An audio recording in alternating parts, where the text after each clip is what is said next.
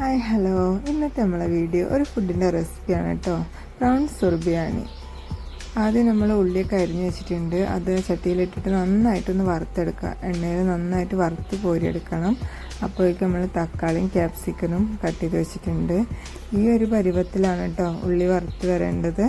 അങ്ങനെ ഉള്ളി നന്നായിട്ട് വറുത്തെടുത്തിട്ടുണ്ടായിരുന്നു. മീൻ കൊണ്ടുവന്നിട്ടുണ്ടായിരുന്നു. അപ്പോൾ നമ്മൾ ചെമ്മീനൊക്കെ ഒന്ന് ക്ലീൻ ചെയ്യാമെന്ന് വിചാരിച്ചിട്ട് ക്ലീൻ ചെയ്ത് വെച്ചിട്ടുണ്ടായിരുന്നു. പിന്നെ വെള്ളം ഇല്ലാത്ത ഒരു ചട്ടിയിലേക്ക് ഒന്ന് ചെമ്മീനിട്ടിട്ട് ഒന്ന് വഴറ്റിയെടുക്കുക, അതിലുള്ള വെള്ളം വറ്റാൻ വേണ്ടിയിട്ട്. അപ്പോഴത്തേന് നമ്മൾ ചോറിനുള്ള ചെമ്പൊടി വെച്ചിട്ടുണ്ടായിരുന്നു. അതിൽ നമ്മൾ വെള്ളം വെച്ചിട്ട് അതിലേക്ക് ആവശ്യമായിട്ടുള്ളത് ഇട്ടിട്ടുണ്ടായിരുന്നു. നമ്മൾ ചെമ്മീൻ നന്നായിട്ട് ഒന്ന് വഴന്ന് വരുന്ന സമയത്ത് കുറച്ച് നെയ്യും പിന്നെ അതിലേക്ക് കുറച്ച് പൊടികളുമാണ് ആഡ് ചെയ്യുന്നത്. മഞ്ഞൾപ്പൊടി, ഗരം മസാല, പിന്നെ അതുപോലെ മല്ലിപ്പൊടി, പിന്നെ നമ്മൾ അറബിക് മസാലയും കൂടി ആഡ് ചെയ്യുന്നുണ്ട് കേട്ടോ. അറബിക് മസാലയാണ് അതിൻ്റെ ടേസ്റ്റ്. അതും മുളക് പൊടി, കുരുമുളക് പൊടിയൊക്കെ ഇട്ടിട്ട് നന്നായിട്ടൊന്ന് വഴറ്റിയെടുക്കുക. പിന്നെ ആവശ്യത്തിനുള്ള ഉപ്പും കൂടി ഇട്ടിട്ട് വേണം വഴറ്റിയെടുക്കാൻ കേട്ടോ.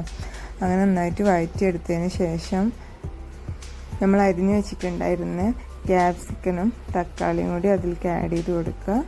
ആഡ് ചെയ്തിട്ട് നന്നായിട്ടൊന്ന് അതും വഴറ്റിയെടുക്കുക കേട്ടോ. അത് നന്നായിട്ട് വഴന്ന് വരുമ്പോൾ ഉള്ളി അരിഞ്ഞതും കൂടി നമ്മൾ ആഡ് ചെയ്യുന്നുണ്ട്. ഉള്ളി ചെറുതാക്കി അരിഞ്ഞത് കുറച്ച് അത് ആഡ് ചെയ്യാം. എന്നിട്ട് അടച്ചു വെച്ചിട്ടൊന്ന് വേവിച്ചെടുക്കാം. അതിൻ്റെ ഇടയിൽ ഒരു മസാല ഉണ്ടാക്കി വെച്ചിട്ടുണ്ടായിരുന്നു, ഒരു കൂട്ട് തൈരും പിന്നെ നമ്മൾ വറുത്ത് വെച്ച ഉള്ളിയും ഇഞ്ചിയും വെളുത്തുള്ളി ഇട്ടിട്ട് ഒന്ന് പേസ്റ്റാക്കി വെച്ചിട്ടുണ്ടായിരുന്നു. ആ പേസ്റ്റ് കൂടി നമ്മൾ ഇതിലേക്ക് ആഡ് ചെയ്യുന്നുണ്ട് കേട്ടോ.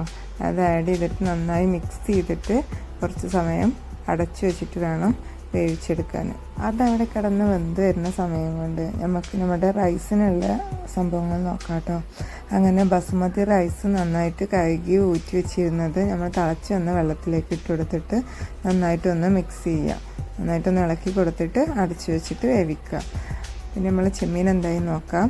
ചെമ്മീൻ നന്നായിട്ട് വെന്ത് വരുന്നുണ്ട്. ആ സമയത്ത് നമ്മൾ ഒരു ഉരുളക്കിഴങ്ങ് കുറച്ച് വലിയ പീസുകളാക്കിയിട്ട് ആ ഒരു മസാലയിലേക്ക് ഇട്ട് കൊടുക്കുന്നുണ്ട് കേട്ടോ.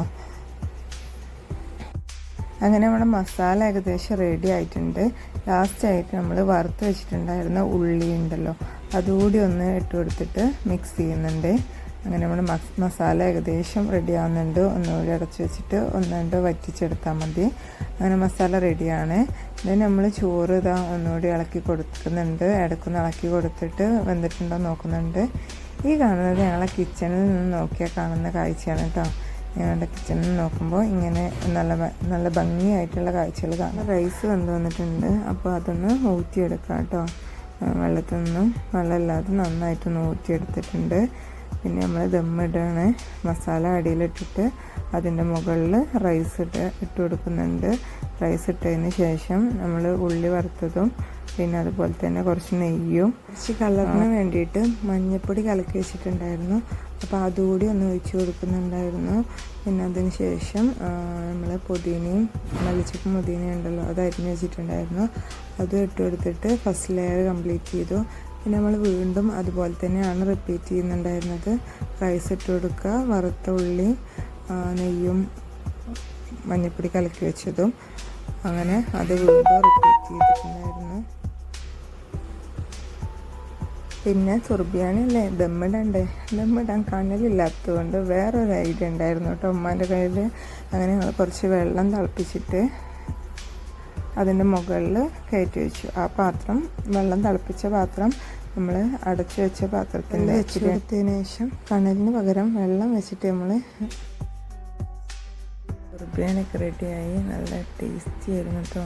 അതിൻ്റെ കൂടെ ഞാനൊരു ചമ്മന്തി ഉണ്ടാക്കിയിട്ടുണ്ടായിരുന്നു. ഒരു സ്പെഷ്യൽ ടേസ്റ്റുള്ള ഒരു ചമ്മന്തി ആയിരുന്നു. ബിരിയാണീൻ്റെ കൂടെ കഴിക്കാൻ പറ്റുന്ന, അതും കൂട്ടിയിട്ട് കഴിക്കാൻ നല്ല ടേസ്റ്റ് ആയിരുന്നു കേട്ടോ. അടിപൊളി ടേസ്റ്റ് ആയിരുന്നു.